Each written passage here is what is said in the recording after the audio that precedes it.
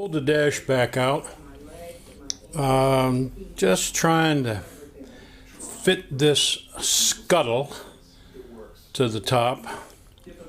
I seem to remember a viewer telling me that the scuttle's supposed to go on before the dash, and I really don't want to put it on until I'm sure the dash is plug and play. It's pretty close, but nonetheless I thought it might be a good idea to try to fit it.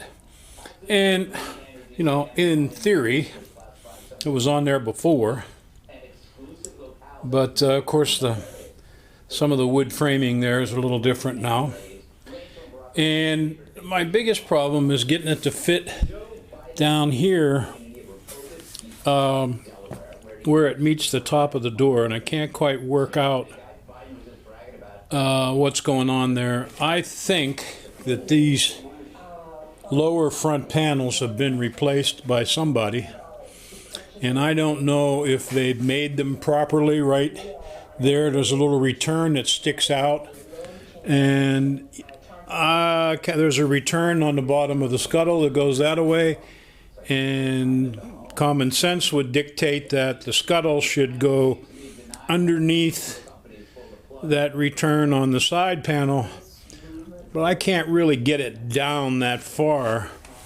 And then there's a couple little wood inserts that go in there behind that triangular corner piece, and they seem to be too big to fit behind the scuttle nicely. So just taking a bit of thought and a bit of manipulating and trying to get the thing so it'll fit right down in there nicely, and then we can just put the dash in.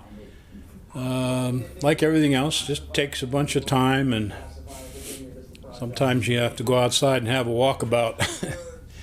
But this is like the story that never ends. We're going back and forth between dash in, scuttle on, dash out, scuttle on, scuttle off, dash in. And yesterday I thought, okay, let me just put the dash in and see if I can connect the dash to the rest of the car and get things to work. And guess what? Nothing worked. Imagine that. And I thought that was pretty odd, because it worked on the bench if I put power to it, but if I put power to it in the car, it didn't work. So checked grounds, checked a bunch of things, and what I really wanted to see, the map lights are powered from the battery all the time. So when everything else is off, you should be able to still turn the map lights on, and even the map lights didn't work. You know, pull the cover off the map light, well, the bulb is loose, so that fixed that. So I got that to work, and those map lights are kind of hokey. I mean, you twist the housing to turn the light off and on, and actually you don't twist the housing, you twist the cover. And what that does is when you twist it, it pushes the bulb down and makes contact with the wire at the base of the socket. So we did get that to work, but we couldn't get anything else to work. And it's just all very confusing. So we come back out here to the source of things, where we have our voltage regulator and our fuse box and all of that, and do some more research. And what we have with this car is an odd setup. Imagine that. Just my luck. So normally there's, I don't know, I think it's an RB95 or some number like that, voltage regulator that has 9 contacts on it, and it has the fuse block built into it. And then there's a later RB106 voltage regulator that uses a separate fuse block like we have with 2 fuses in, and it has 5 connectors in it. So what do we have? We have an RB108, and it only has 4 connectors in it. You can't hardly see that because the light's shining on it. But we have a D terminal, an E terminal, an A terminal, and an F terminal. And what, after thinking about it, I don't have any way to get power to the A1 terminal on the fuse block. So normally the fuse block, any fuse, you have power in one side through the fuse and power out the other side.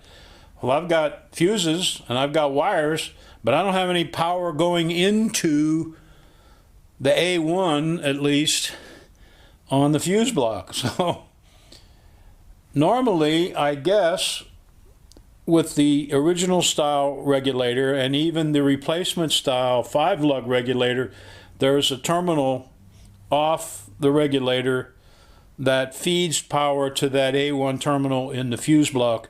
And on the original deal, it's done internally, and apparently in the replacement deal, there's a lug there that you run a wire down, or you run a wire, like I'm going to have to, from the battery to the A1 terminal on the fuse block, and that allows that system to be powered ostensibly when the key is off. But that's what feeds power to your ignition switch. Your A1 at the fuse block feeds power to the ignition switch. So unless you have power to the A1, you don't have any power to the ignition switch, and nothing works. So what we're going to do is, at least for now, see if we can put a jumper wire from our starter down there where our battery feed is, or the battery's right next to the fuse block. We could just hook the jumper wire to the hot side of the battery and run around and tie it into A1 and see if we can get all of our dash stuff to work at that point. I guess the smart thing to do would be to buy, a different regulator. Either buy the original one or buy the replacement one, since we already have the fuse block. But, and we may end up having to do that because we have no idea whether this regulator even works properly or not. So it's just one of those things, when you get a pile of parts and pieces that you don't know anything about, you got to figure out everything the hard way. But that's our next step here today. I'm going to run a jumper wire to that A1 terminal on the fuse block, and then see if we can get power everywhere else that we need it. So just a simple jumper wire from the battery to that A1 terminal. Now our dash lights work. We turn the key switch on. We have power to the fuel pump and ostensibly power to the coil. We have power to our wire that runs to the horns up front, and we have power for our brake lights and windshield wipers there. So that seems to have cured the problem as far as getting power everywhere it needs to go. The next step, I guess, we won't know until we actually get the engine to run to see if we're charging properly. That'll be the next step. But for right now, in theory, it ought to run. Well, we got all the lights off, at least most of them anyway, so we can see if we've figured out our dash. We have a map light. We have 2 map lights.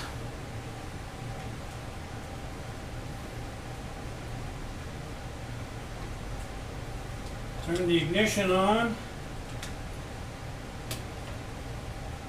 We have our run charge light that works.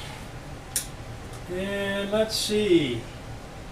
We have dash lights.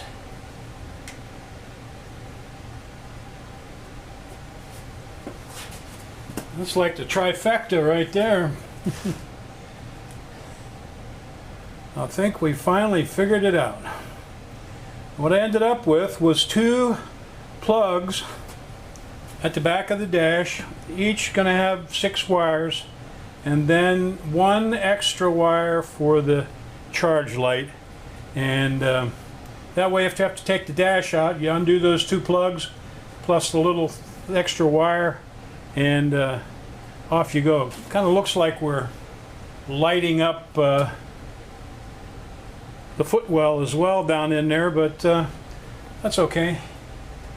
And we've had the scuttle on and got it fitted reasonably into place. So what we got to do now is put the scuttle and the dash together in the same place.